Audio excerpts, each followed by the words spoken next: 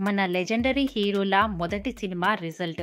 Senior NTR గారు. మన దేశం 1949 హిట్.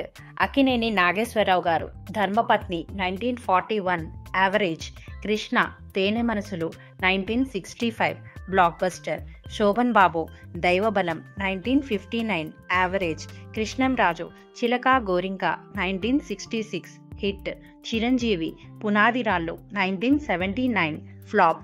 బాలకృష్ణ సాహసమే జీవితం 1981 flop. Nagarjuna Vikram 1986 block buster.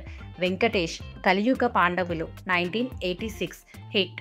Rajasekhar Vande Mataram flop. Suman తరంగిణి హిట్.